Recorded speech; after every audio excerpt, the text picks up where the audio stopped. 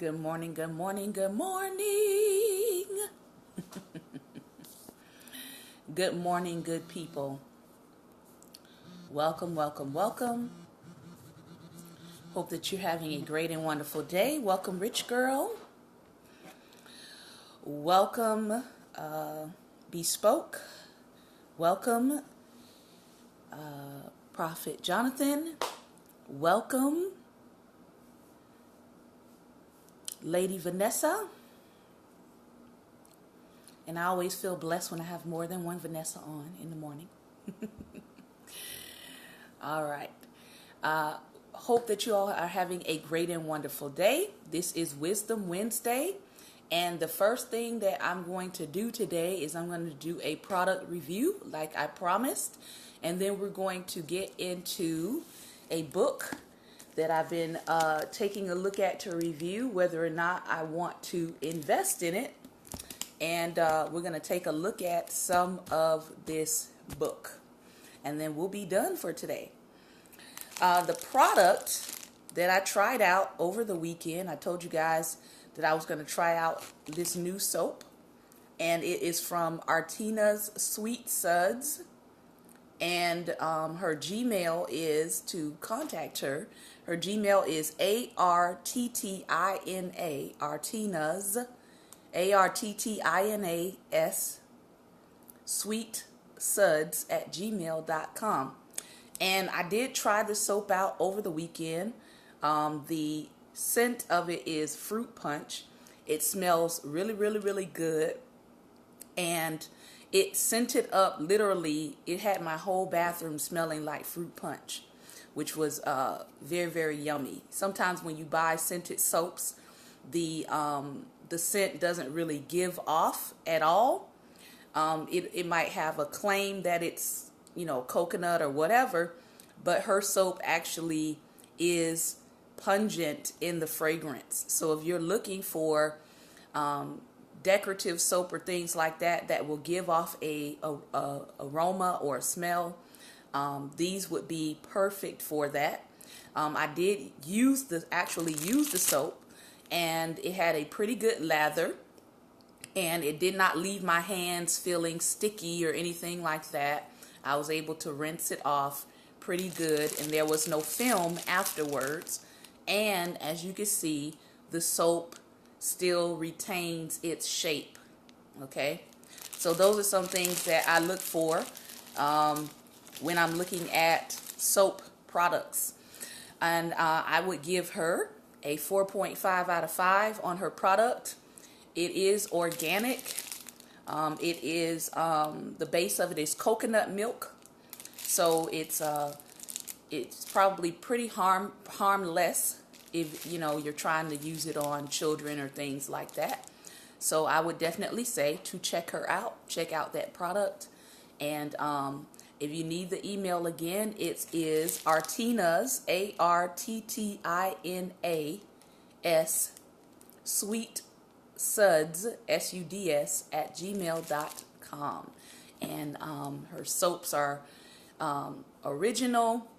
They're she creates them in different shapes and different scents. So check her out and see what she has available.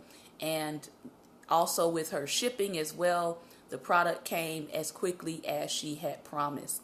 So it wasn't like I was waiting for a long time to receive her products. It actually came pretty quickly. All right. So today we're going to be looking at this book, The Daily Stoic. The Daily Stoic. 366 meditations on wisdom, perseverance, and the art of living. And this is actually a compilation of a few philosophers, Seneca, Epictetus, and Marcus Aurelius. Now, a lot of people have bought just the writings of Marcus Aurelius alone by themselves, and they have recommended that to me as well. But I was able to find this one at my local library to check it out to see if I actually wanted to invest in the book. So somebody might ask the question, what is Stoicism? All right. A lot of these words that we get in the English language came from somewhere, right? Cynicism came from the Cynics. They were an actual group of people who had a certain philosophy in life. The same thing with Stoicism. It actually came from the people who called themselves Stoics. So I'll read you just a little bit of the history, and then I want to read you some of the quick devotions for the month of April that I thought were very, very powerful, and we're kind of right on time for where we are and what's kind of happening in our world. So, from Greece to Rome today. Stoicism was a school of philosophy founded in Athens by Zeno of Citium in the early 3rd century BC. Its name is derived from the Greek stoe, meaning porch, because that's where Zeno first taught his students. The philosophy asserts that virtue, meaning chiefly the 4 cardinal virtues, listen to these virtues, are self-control, courage, justice, and wisdom. I find it interesting that today when you look around, most people are looking for people who have those qualities, right? They're looking for people who have self-control. They're looking for people who have courage. They're looking for people who believe in justice. And they're looking for people who have wisdom to apply all of the others. So this philosophy asserts that these virtues are happiness, and it is our perception of things rather than the things themselves that cause most of our trouble. Stoicism teaches that we can't control or rely on anything outside of what is called our reasoned choice. So clearly the Stoics believed in reasoning. Now, we believe in reasoning as well, right, as believers, but we also believe in our reasoned choice, but we also believe in sovereignty, right, the sovereign hand of God. So there's definitely some difference here. Our ability to use our reason to choose how we categorize, respond, and reorient ourselves to external events.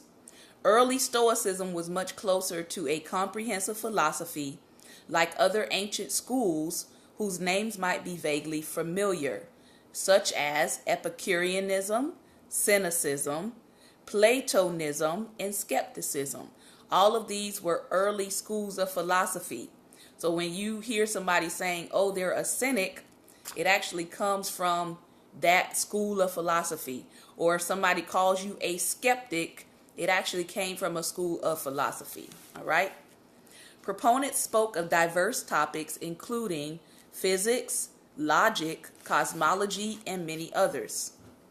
One of the analogies favored by the Stoics to describe their philosophy was that of a fertile field. Logic was the protective fence, physics was the field, and the crop that all this produced was ethics, or how to live.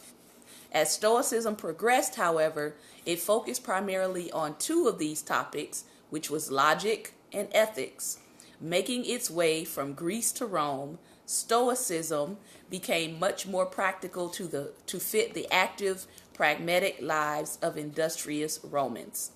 As Marcus Aurelius would later observe, I was blessed when I set my heart on philosophy, and I didn't fall into the sophist trap, nor remove myself to the writer's desk, or chop logic, or busy myself with studying the heavens.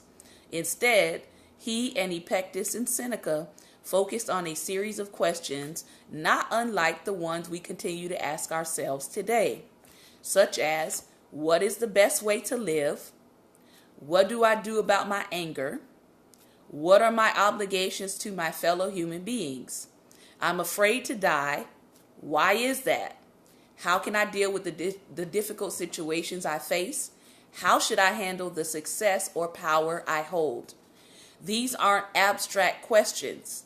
In their writings, often private letters or diaries, and in their lectures, the Stoics struggled to come up with real, actionable answers.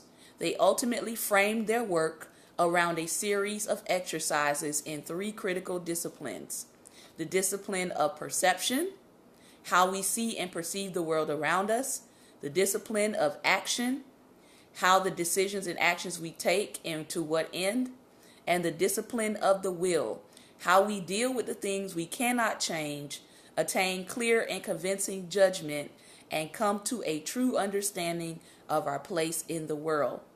By controlling our perceptions, the Stoics told us, we can find mental clarity.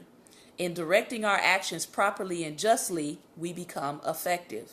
In utilizing and aligning our will, we will find the wisdom and perspective to deal with anything the world puts before us.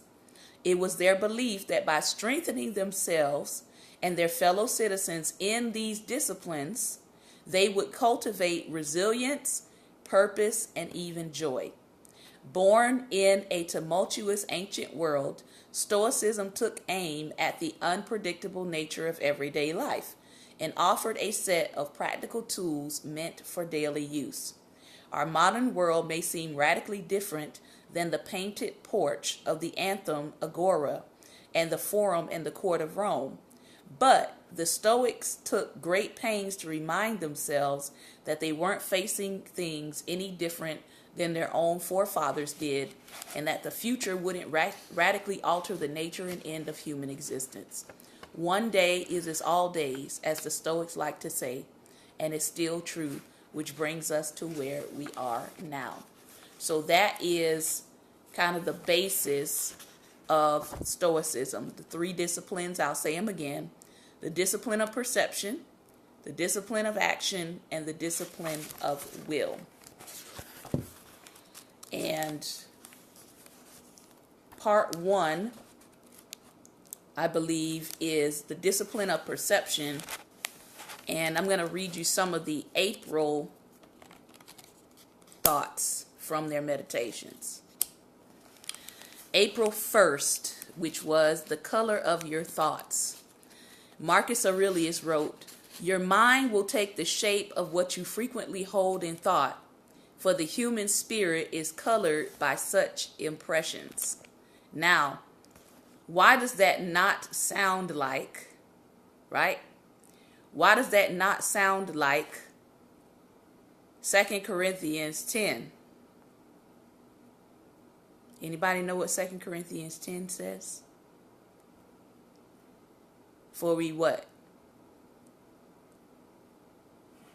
It talks about casting down, right, imaginations and every high thing that exalts itself against the knowledge of Christ. Let me go to something I wrote earlier, I believe last week, on my page. And he says your mind will take the shape of what you frequently hold in thought, for the human spirit is colored by such impressions. Right? That sounds similar to what we know about strongholds. And a stronghold, and what a stronghold is. All right? Used only in 2 Corinthians 10 and 4, a stronghold in the Greek is called oxyroma, or a heavily fortified containment. Is used figuratively by a false argument in which a person seeks shelter or a safe place to escape reality. So when the scripture talks about tearing down strongholds, it's talking about tearing down every false argument your mind tries to seek shelter in. What did he just say? Your mind will take the shape of what you frequently hold in thought. That means, and this is what I wrote, that means you have to verbalize and then replace what you have thought in the past with new information.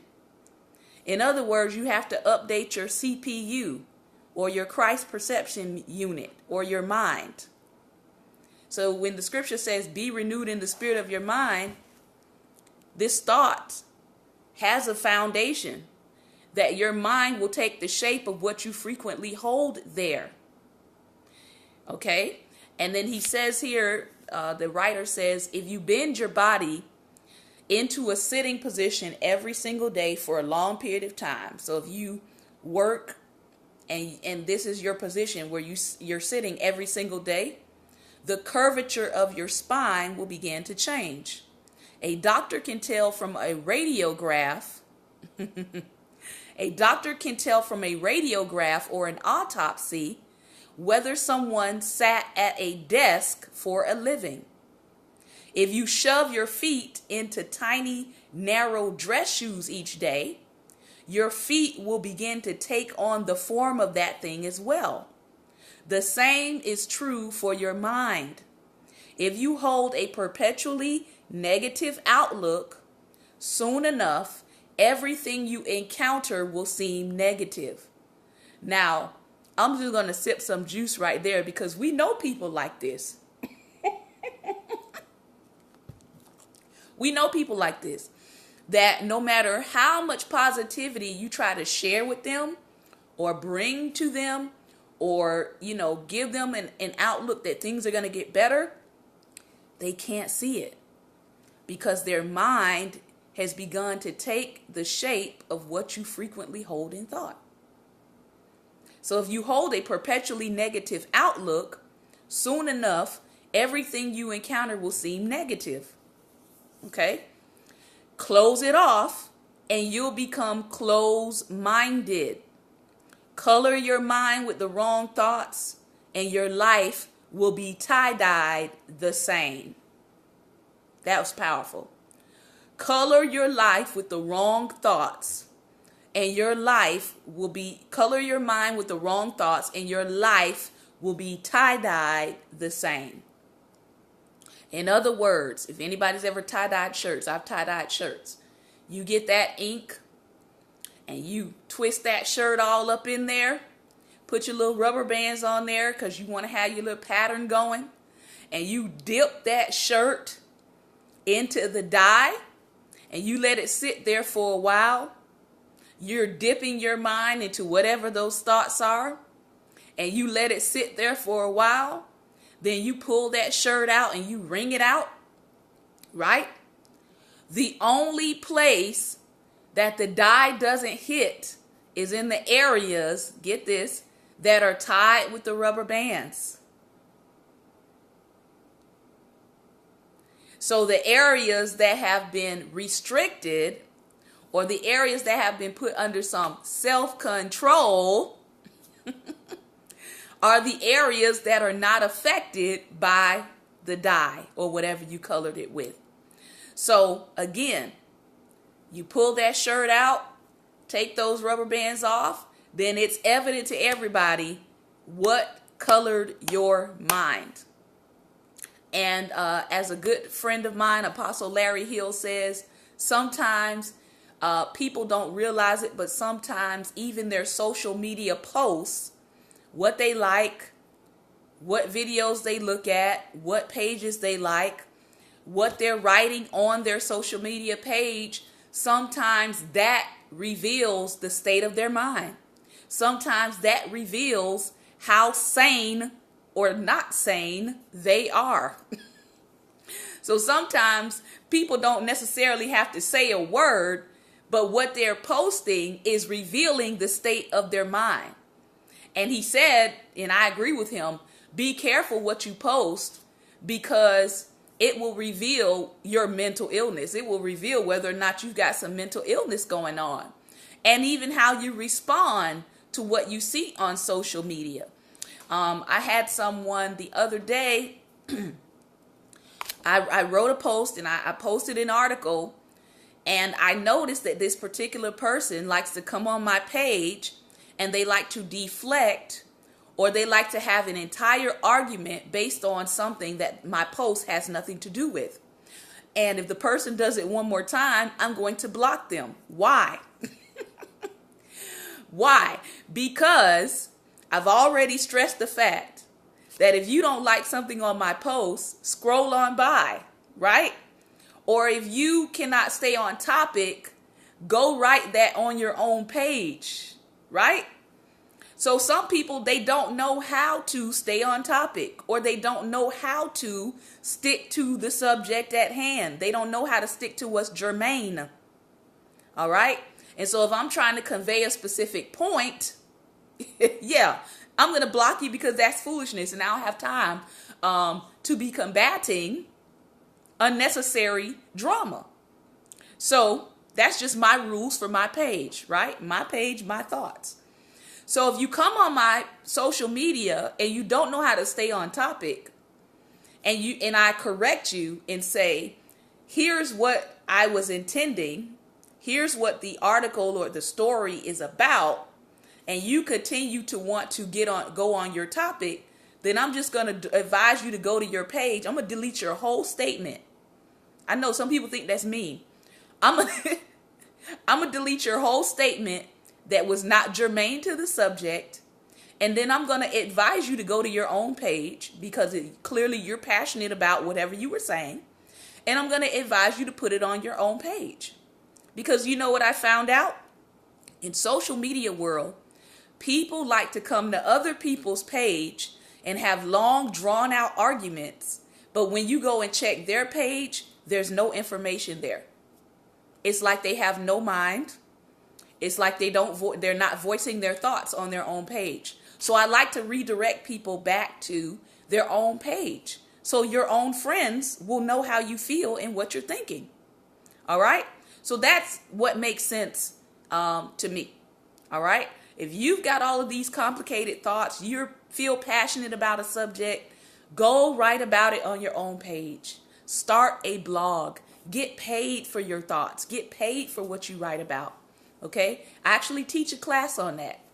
How to start your own blog and how to monetize it so that, you know, you're actually getting and reaping some benefit for your intense, powerful thoughts. Not that your thoughts don't matter, but again, it goes back to what my apostle friend said. What is the state of your mind? What is the state of your mind? So that is that devotional. It's called The Color of Your Thoughts. All right.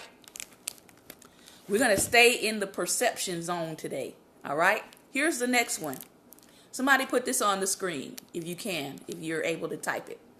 Be wary, W-A-R-Y, be wary of what you let in. Be wary of what you let in.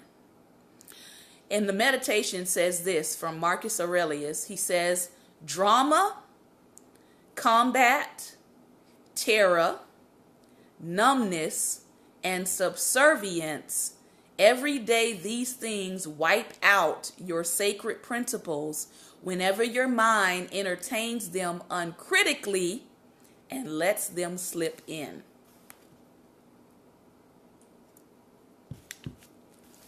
Think about that. I'm going to say it again. Drama, think reality TV shows. Combat, think all of the atrocious news about war. I don't know if some of you saw the chemical attack that happened on Syria. I wasn't ready for social media to just flash that across my timeline, right? That was traumatizing, but they did it. WWE wrestling. There's lots of people addicted to that. Terror. All right. Combat, wrestling. Terror, Syrian chemical attacks. And numbness. That means you're just going through life trying not to feel anything. And subservience. Being in a state where you're simply just serving someone else's needs and capacity and you're not even focused on what kind of self-care you need for yourself. Every day, he says, these things wipe out your sacred principles whenever your mind entertains them uncritically or lets them slip in. One of the reasons why I do not watch television is because I value my mind. I know, I'm weird. I don't watch television. I probably could not tell you the last television show. Well, yeah, I could. There was one television show that I thought was decent, and I actually wound up buying the series because then the television show ended. But that was a long time ago. The show was The Mentalist, and I liked that show because it was a detective type of thinking show.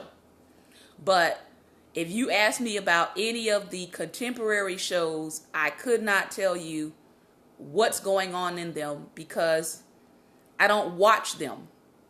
I'll go read the synopsis on the show that will tell me basically what the show was about and maybe what the episode is about if people are talking about it, so I can talk about it.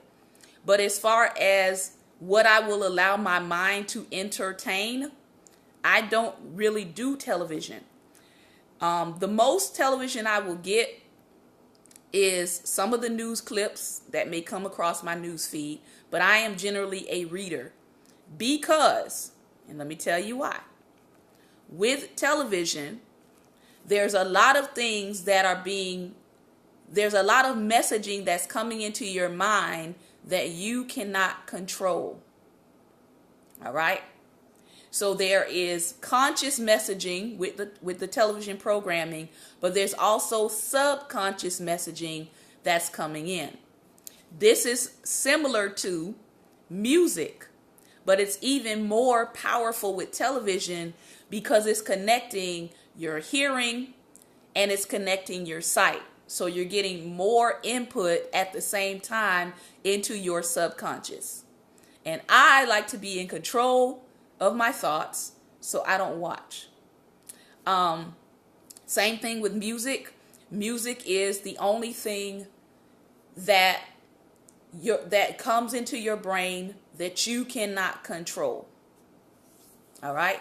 This is why you have a jingle that can stay with you. You might have heard it in childhood, and as soon as something triggers that song, you can start singing it like you just heard it yesterday.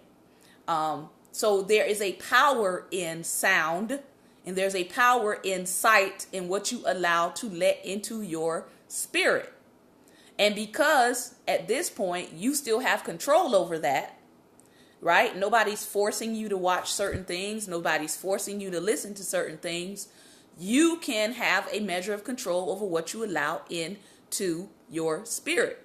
And the key words here that Marcus Aurelius says is whenever your mind entertains them uncritically and lets them slip in.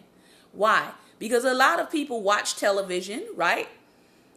And they'll say, I'm watching it because I just kind of want to wind down. I want to wind down for the day. I want to tune out of my day. I don't want to really think, right? I want to be entertained. But what is the etymology of the word entertain? Let's look it up. Entertain, etymology.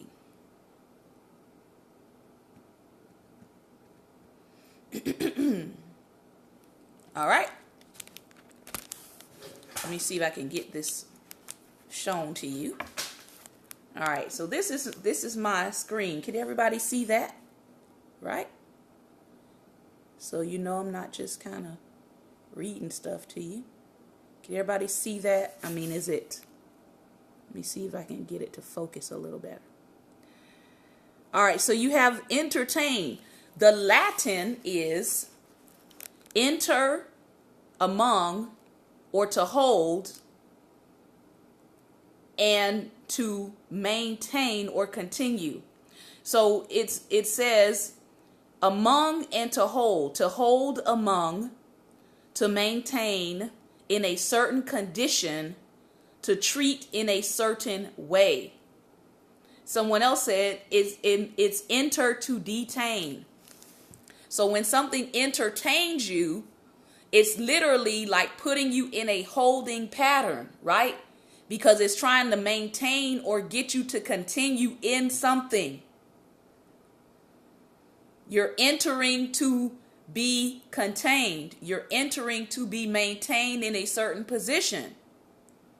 So when people say it's just entertainment, they need to understand that whatever they're beholding is there to capture you and put you in a certain condition to maintain that. All right?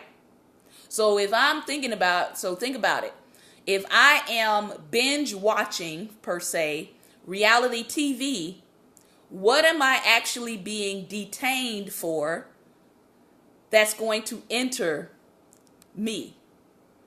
what actually am I allowing to enter me to condition me to a certain thought process? And then when my life begins to look like what I have been conditioned for, and my life begins to look like what I have sat around maintaining, then I'm going to be upset. All right. I had this one friend of mine, and she finally got rid of watching Scandal because it was causing scandalous activities in her own home. And I said, well, don't you see the connection? I mean, you're entertaining adultery. Okay. Maybe that's a little too deep for some people. But she was entertaining adultery. I'm just saying. So if you're entertaining adultery and you're watching it with your spouse, then all of a sudden your spouse is wanting to have the tippy step out syndrome.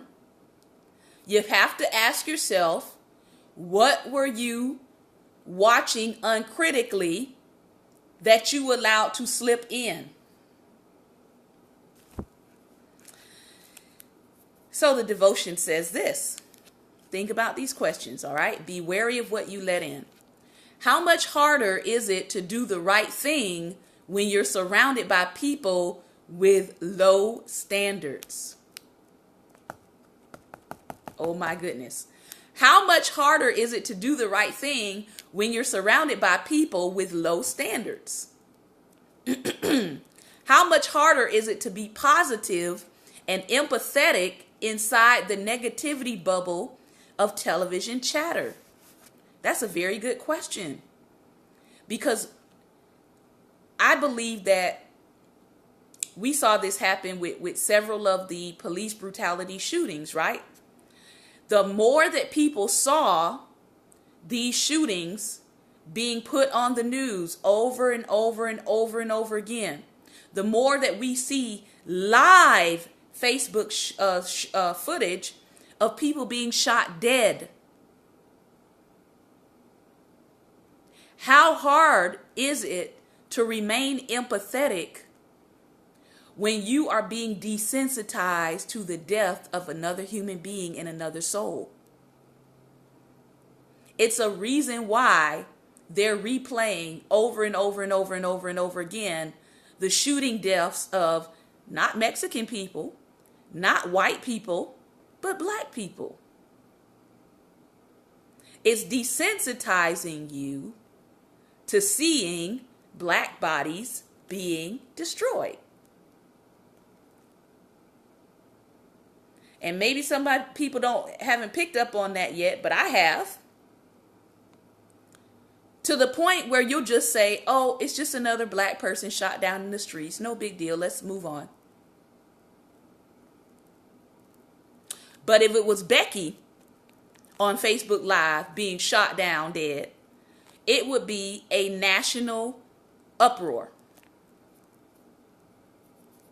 I know I'm right. Nobody has to say amen.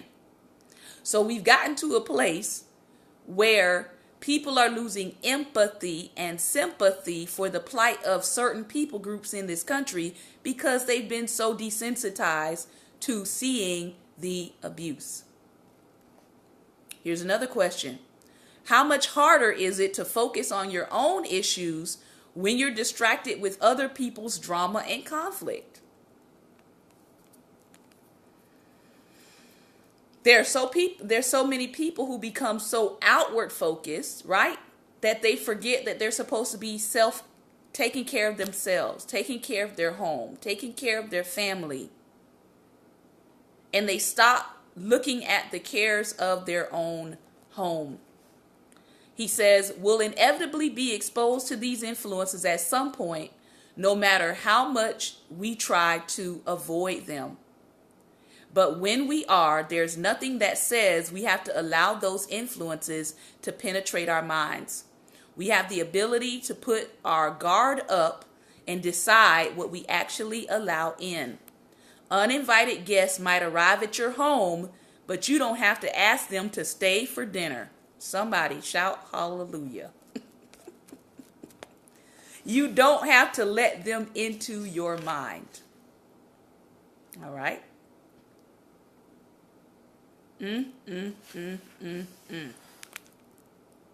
All right. So, we're going to take a commercial break because I'm over my 30-minute mark. And I'm going to come, excuse me, I'm going to come right back. And I'm going to give you 3 more of these powerful points. All right? So, hang in there. When we come back, I'll be back right in a minute. Please make sure that you jump right in and that you invite your followers. All right? So we'll be right back.